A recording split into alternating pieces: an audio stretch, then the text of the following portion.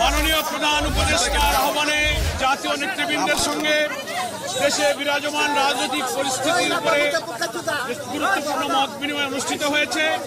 অত্যন্ত সুন্দর সফলভাবে মত বিনিময় শেষে এখন সাংবাদিক বন্ধুদের সামনে, গণমাধ্যমের সামনে সংক্ষিপ্তভাবে আপনাদের সামনে ব্রিফ করছেন বাংলাদেশ জামাত ইসলামীর সম্মানিত আমির ডাক্তার শফিকুর রহমান। মেহরবানি করে আপনারা একটু নীরব থাকবেন, ব্রিফিংটা যাতে সুন্দর পরিবেশে হতে পারে। এখন সাংবাদিক বন্ধুদের সামনে আজকের মত বিনিময় সভার উপরে ব্রিফ করছেন বাংলাদেশ জামাত ইসলামীর সম্মানিত আমির ডাক্তার শফিকুর রহমান। আসসালামু আলাইকুম ওয়া রাহমাতুল্লাহ। আপনাদের সবাইকে আজকের এই ব্রিফিংকে স্বাগত জানিয়ে আমি সংক্ষেপে দুটি কথা বলতে চাই। আপনারা কালকে সকল গণমাধ্যম এই সংবাদ পরিবেশন করেছিলেন যে মাননীয় প্রধান উপদেষ্টা আজকে সমস্ত দলের জাতীয় নেতৃবৃন্দকে এখানে আহ্বান জানিয়েছিলেন।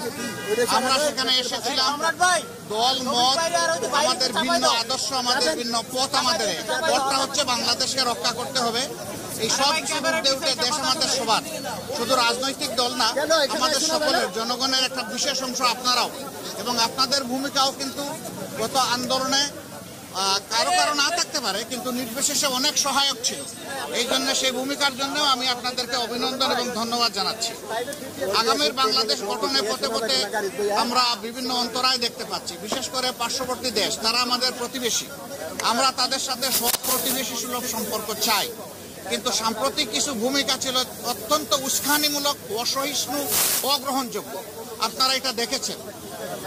মিথ্যা তথ্যের উপর নির্ভর করে বাংলাদেশকে কলুষিত করার জন্য, এই সরকার এবং জনগণকে ব্যর্থ করার জন্য তারা দুনিয়ার বিভিন্ন জায়গায় অপপ্রয়াস চালাচ্ছেন এবং অপপ্রচার চালাচ্ছেন। আমরা এগুলার নিন্দা জানিয়েছি সকলে সম্মিলিতভাবে। আমরা একটা জায়গায় সবাই আমরা একমত হয়েছি যে আমাদের স্বাধীনতা সার্বভৌমত্বের ব্যাপারে কোনো ছাড় নয়। এখানে আমরা সিমেন্টেড থাকবো, যেমন অতীতে ছিলাম, যেমন সম্প্রতি 5 আগস্টে এই 24 সালে আমরা ছিলাম, এটাই আমাদের অব্যাহত থাকবে। এখানে পরামর্শ এসেছে রাজনৈতিক শীর্ষ নেতৃবৃন্দের সাথে, যেমন মত বিনিময় হয়েছে, ছাত্র সংগঠনগুলোর সাথে হবে, বিভিন্ন ধর্মীয় সম্প্রদায়ের সাথে হবে, আপনাদের সাথে হবে। আমরা সেই প্রস্তাব রেখে এসেছি এবং আমরা আশা করছি আপনাদের সাথেও মত বিনিময় হবে। এই সমস্ত অংশীজনদের সাথে মত বিনিময়ের পরে একটা জাতীয় ঘোষণা আসবে সরকারের পক্ষ থেকে। আমরা সেই ঘোষণার অপেক্ষায় থাকব এবং এই ক্ষেত্রে আমাদের যার যা প্রয়োজনীয় পরামর্শ আমরা সেটা দিয়ে সরকারকে সহযোগিতা করব। আরেকটি বিষয় আমরা অত্যন্ত ক্লিয়ারলি আমরা জানিয়ে দিয়েছি, এক্সট্রিমিজম বা চরমপন্থা যে দিক থেকেই আসুক আমরা তাকে ঘৃণা করি। এটাকে আমরা কোনো অবস্থায় প্রশ্রয় দিব না এবং মেনে নেব না।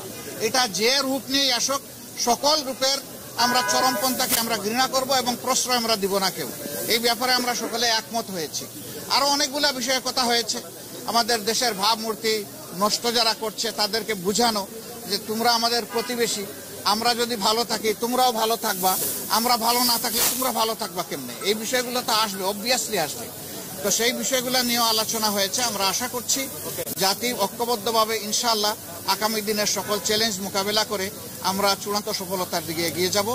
চূড়ান্ত সফলতা অর্জন না হওয়া পর্যন্ত আমাদের ঐক্য অটুট এবং মজবুত থাকবে।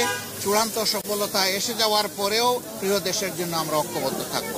আপনাদের সকলকে ধন্যবাদ। আসসালামু আলাইকুম। নির্বাচন নিয়ে ছোটখাটো কথা হলো, এটা নিয়ে কোনো কনসেনসাস হয় নাই বা ব্যাপকভাবে কোনো আলোচনা হয়। থ্যাংক ইউ আপনাদের সকলকে। সবাইকে ধন্যবাদ। ভালো থাকুন সবাই। আরো দেখা হবে ইনশাআল্লাহ, আরো কথা হবে।